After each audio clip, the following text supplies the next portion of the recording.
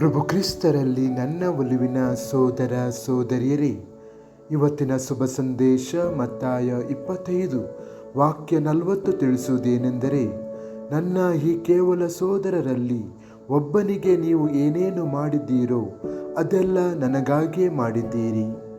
ಚಿಂತನೆ: ಈ ಪ್ರಬಲ ಬೋಧನೆಯಲ್ಲಿ ಪ್ರೀತಿಯನ್ನು ಮಾತುಗಳಿಂದಲ್ಲ, ಕ್ರಿಯೆಯಿಂದ ಸಾಬೀತುಪಡಿಸಲಾಗಿದೆ ಎಂದು ಯೇಸು ನಮಗೆ ತಿಳಿಸುತ್ತಾರೆ. ಹಸಿದವರಿಗೆ ಆಹಾರ ನೀಡುವುದು, ರೋಗಿಗಳನ್ನು ಭೇಟಿ ಮಾಡುವುದು, ಒಂಟಿಯಾಗಿರುವವರನ್ನು ಸಾಂತ್ವನಗೊಳಿಸುವುದು, ಪ್ರತಿಯೊಂದು ದಯೆಯ ಕ್ರಿಯೆಯು ಒಬ್ಬ ವ್ಯಕ್ತಿಗಾಗಿ ಮಾತ್ರವಲ್ಲ, ಕ್ರಿಸ್ತನಿಗಾಗಿಯೂ ಮಾಡಲಾಗುತ್ತದೆ. ಕನಿಷ್ಠ ಎಂದರೆ ಬಡವರು, ನಿರ್ಲಕ್ಷ್ಯಕ್ಕೊಳಗಾದವರು, ಗಮನಿಸದವರು ಅಥವಾ ನಮ್ಮ ಸ್ವಂತ ಕುಟುಂಬದಲ್ಲಿ ತಾಳ್ಮೆ ಮತ್ತು ತಿಳುವಳಿಕೆಯ ಅಗತ್ಯವಿರುವ ಯಾರಾದರೂ ಆಗಿರಬಹುದು. ನಾವು ಅವರಿಗೆ ಪ್ರೀತಿಯಿಂದ ಸೇವೆ ಸಲ್ಲಿಸಿದಾಗ ನಾವು ಯೇಸುವಿನ ಹೃದಯವನ್ನು ಸ್ಪರ್ಶಿಸುತ್ತೇವೆ.